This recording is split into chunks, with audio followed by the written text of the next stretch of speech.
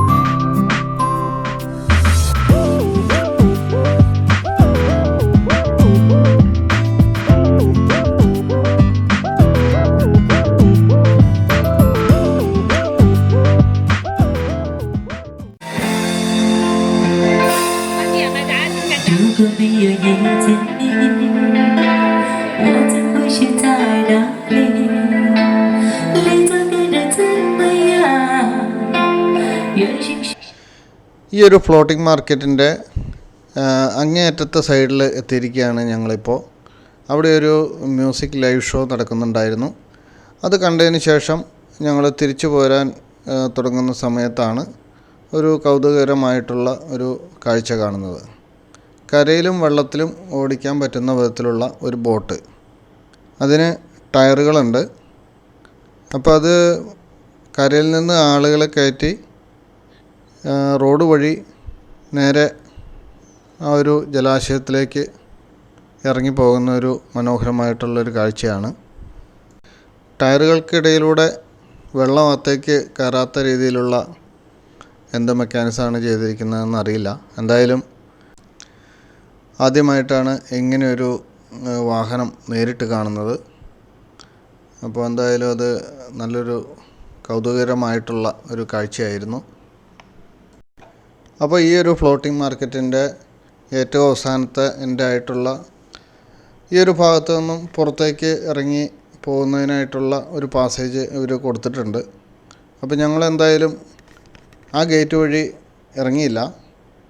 ഞങ്ങൾ ഈ മാർക്കറ്റിൻ്റെ തന്നെ മറ്റൊരു തടി കൊണ്ടുള്ള നടപ്പാതയിലൂടെ തിരിച്ച് വന്ന സ്ഥലത്തേക്ക് തന്നെ പോയി അവിടെ നിന്നും ടാക്സി പിക്ക് ചെയ്ത് റൂമിലേക്ക് പോവുകയാണ് ഉണ്ടായത്.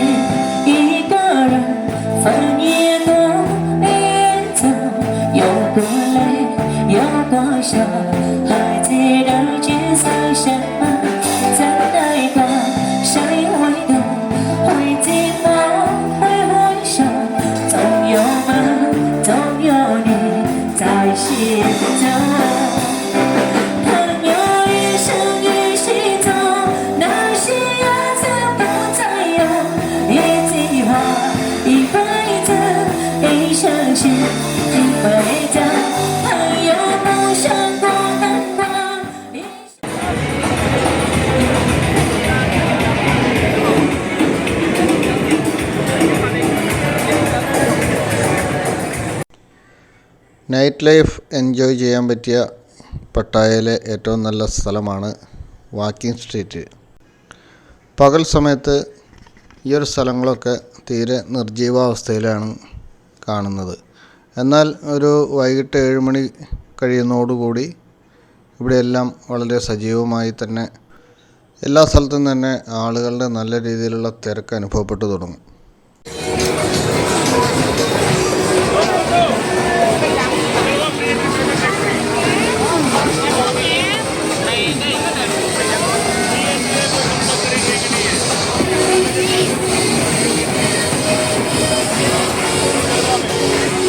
ബിയർ പബ്ബുകളും ലൈവ് പാർട്ടി ഷോകളും അഡൽട്ട് ഷോകളും ഒക്കെ ഇഷ്ടം പോലെ ഉള്ളൊരു സ്ഥലമാണിത്.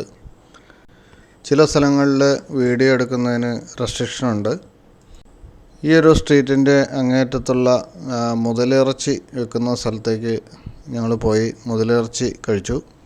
അപ്പോൾ ഈ ഒരു ഷോപ്പിന് മുന്നിൽ തന്നെ ഇവർ ടേബിളിൻ്റെ പുറത്ത് മുതലേ എടുത്തു വെച്ച് അതിൻ്റെ മാംസം കട്ട് ചെയ്ത് ഗ്രില്ല് ചെയ്ത് എല്ലാവർക്കും കൊടുക്കുന്നു. അപ്പോൾ ഒരു പാഴ്സലിന് ചെറിയൊരു പാക്കറ്റിലുള്ളൊരു പാഴ്സലിന് 500 ബാത്താണ് ഇവർ വാങ്ങുന്നത്. ഞങ്ങൾ ടേസ്റ്റ് ചെയ്തു. അത്യാവശ്യം നല്ല ഉറപ്പുള്ള ചിക്കൻ്റെ ഒരു ടേസ്റ്റാണ്. പട്ടായയിലെ പ്രശസ്തമായ കോറൽ ഐലൻഡിലേക്കായിരുന്നു അടുത്തതായി ഞങ്ങളുടെ യാത്ര. പേര് പോലെ തന്നെ മനോഹരങ്ങളായ പവിഴപ്പുറ്റുകൾ കൊണ്ട് നിറഞ്ഞതാണ് ഈ ഒരു ദ്വീപ്. ടൂറിസ്റ്റുകൾ മെയിനായിട്ട് സ്നോർക്ലിംഗ്, സ്കൂബ ഡൈവിങ് ഉൾപ്പെടെയുള്ള വാട്ടർ സ്പോർട്സ് ആക്ടിവിറ്റികൾ ചെയ്യുന്നതിന് വേണ്ടിയിട്ടാണ് ഈ ഒരു ദ്വീപിലേക്ക് വരുന്നത്. കോറൽ ഐലൻഡ് വിസിറ്റിന് ഞങ്ങൾ ക്ലൂക്ക് ആപ്പിൽ നിന്നാണ് ടിക്കറ്റ് ബുക്ക് ചെയ്തത്. 2 വാട്ടർ സ്പോർട്ട് ആക്ടിവിറ്റികൾ ഉൾപ്പെടെയുള്ള ഒരു പാക്കേജായിരുന്നു. ഞങ്ങൾ വരുന്ന സമയത്ത് ഈ ഒരു ഭാഗത്തേക്ക് ഭയങ്കര തിരക്ക് അനുഭവപ്പെട്ടിരുന്നു. അപ്പോൾ നമ്മുടെ ഗ്രൂപ്പ് തിരിച്ചറിയാൻ വേണ്ടിയിട്ട് ഒരു ഗ്രൂപ്പിൻ്റെ എംബ്ലമുള്ള ഒരു കൊടിയും അതേപോലെ എല്ലാവരുടെയും റിസ്റ്റിൽ ഒരു ബാൻഡും ഉണ്ടായിരുന്നു. ഒരുപാട് ഗ്രൂപ്പുകൾ ഈ ഒരു ഐലൻഡ് വിസിറ്റിന് വേണ്ടിയിട്ട് ബോട്ടുകൾ ഓപ്പറേറ്റ് ചെയ്യുന്നുണ്ട്. അപ്പോൾ മിക്കവാറും എല്ലാവരും തന്നെ നമ്മൾ പട്ടായയിൽ സ്റ്റേ ചെയ്യുന്ന ഹോട്ടലിൽ തന്നെ വന്ന് പിക്ക് ചെയ്ത് നമ്മളെ ബോട്ട് ജെട്ടിയിലേക്ക് കൊണ്ടുപോകുന്ന രീതിയാണ്. കോറൽ ഐലൻഡിലേക്ക് ഈ ഒരു സ്പീഡ് ബോട്ടിലുള്ള യാത്ര അല്പം സാഹസികമാണെന്ന് വേണമെങ്കിൽ പറയാം. നടുവേദന ഉള്ളവർക്കൊന്നും ഒരുപക്ഷെ ഈ ബോട്ടിൽ പോകാൻ പറ്റുമെന്ന് തോന്നുന്നില്ല. കാരണം അത്രയ്ക്കും സ്പീഡിൽ ഈ തിരമാലകൾക്ക് മുകളിലൂടെ ഇവർ ബോട്ട് ചാടിച്ചാണ് ഇത്. സ്പീഡ് കാരണം കൊണ്ട് ഈ ബോട്ട് ചാടി പോകുമ്പോൾ നമുക്ക് പലപ്പോഴും സീറ്റിൽ നിന്ന് എഴുന്നേറ്റ് പൊങ്ങി പോകുന്ന ഒരവസ്ഥയൊക്കെ വരും. ഈ നമ്മുടെ ബസ്സുകൾ ഗട്ടറിൽ ചാടുമ്പോൾ അതുപോലത്തെ ഒരവസ്ഥ. ഞങ്ങളുടെ ബോട്ട് ഓടിക്കുന്നത് വളരെ പ്രായം കുറഞ്ഞൊരു പയ്യനാണ്. അവന് ഈ ബോട്ടിലിരിക്കുന്ന ആളുകളെ പറ്റി യാതൊരു ചിന്തയില്ല. എത്രയും പെട്ടെന്ന് അവൻ്റെ ട്രിപ്പ് അവസാനിപ്പിക്കുക എന്ന് മാത്രമാണ് അവൻ്റെ ലക്ഷ്യം. ഈ ബോട്ടിൽ ഏതാണ്ട് 10-15 പേരോളം ഉണ്ട്. അപ്പോൾ അതിൽ സ്ത്രീകളും കുട്ടികളുമൊക്കെ ഉണ്ട്. അവർ പക്ഷേ ബോട്ടിൽ നിന്ന് തെറിച്ച് വീഴാതിരിക്കാൻ വേണ്ടിയിട്ട് വളരെയേറെ പണിപ്പെടുന്നുണ്ടായിരുന്നു. ഡ്രൈവർക്ക് അതൊന്നും യാതൊരു കുലുക്കവുമില്ല. ഡ്രൈവർ കൂടെയുള്ള സുഹൃത്തുമായിട്ട് സംസാരിച്ച് ചവിട്ടി വിടുകയാണ്. കോറൽ ഐലൻഡിലേക്കുള്ള യാത്രാമധ്യേ പാരാസെയിലിംഗ് ചെയ്യുന്നതിന് വേണ്ടിയിട്ടുള്ള ഒരു ഫ്ലോട്ടിംഗ് പ്ലാറ്റ്ഫോമിലേക്കാണ് നമ്മൾ എടുത്തുകൊണ്ടിരിക്കുന്നത്. വിശാലമായിട്ടുള്ളൊരു പ്ലാറ്റ്ഫോമാണ്. നൂറുകണക്കിന് ആളുകൾ വിവിധ ഏജൻസികളുടെ കീഴിൽ അവിടെ പാരാസെയിലിംഗ് ചെയ്യുന്നുണ്ട്. പാരാസെയിലിംഗ് ചെയ്യുന്നവർ ഈ ഒരു പ്ലാറ്റ്ഫോമിൻ്റെ രണ്ട് വശത്തായിട്ട് നിന്ന് വരിവരിയായിട്ട് നിന്നിട്ട് അവരുടെ ടേൺ അനുസരിച്ചിട്ട് അത് ചെയ്യുന്നു. മറ്റുള്ളവർ ഇതൊക്കെ നോക്കി നിന്ന് ആസ്വദിക്കുന്നു.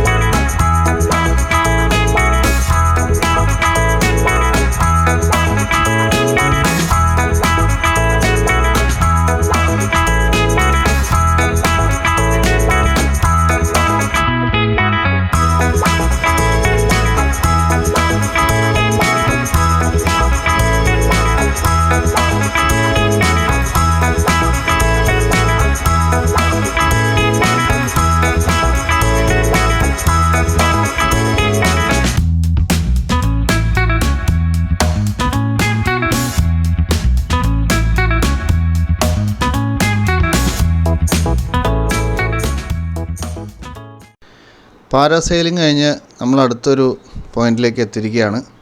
ഇവിടെയാണ് സ്നോർക്കലിംഗ് ചെയ്യുന്നവരൊക്കെ അതിനു വേണ്ടി പോകുന്നത്. അപ്പോൾ ഇവിടെ അടുത്തൊരു ദ്വീപ് പോലെയുള്ളൊരു സ്ഥലമുണ്ട്. അതിന് ചുറ്റിപ്പറ്റി കോറൽസൊക്കെ ഉള്ളൊരു ഏരിയയാണ്. അപ്പോൾ അവിടേക്ക് പോകാനായിട്ട് കുറച്ച് ശ്രമകരമായിട്ടുള്ള ഒരു ദൗത്യമാണെന്ന് വേണമെങ്കിൽ പറയാം.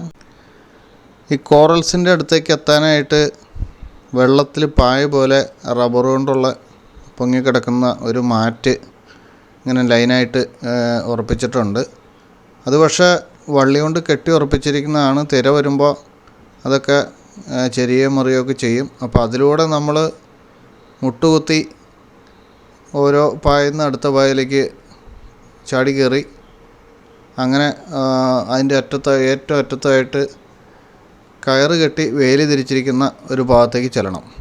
അവിടെയാണ് നമ്മൾ സ്നോർക്കലിംഗ് ചെയ്യുന്നത്. അവിടെയാണ് പവിഴപ്പറ്റുകൾ ഒക്കെ കാണാൻ പറ്റുന്നത്. അപ്പോൾ അതിൻ്റെ ഒരു അണ്ടർ വാട്ടർ വീഡിയോ ഞാൻ ഗോപ്രോ ഉപയോഗിച്ച് എടുത്തിരുന്നു. അതും ഈ കൂടെ ഉൾക്കൊള്ളിച്ചിട്ടുണ്ട്.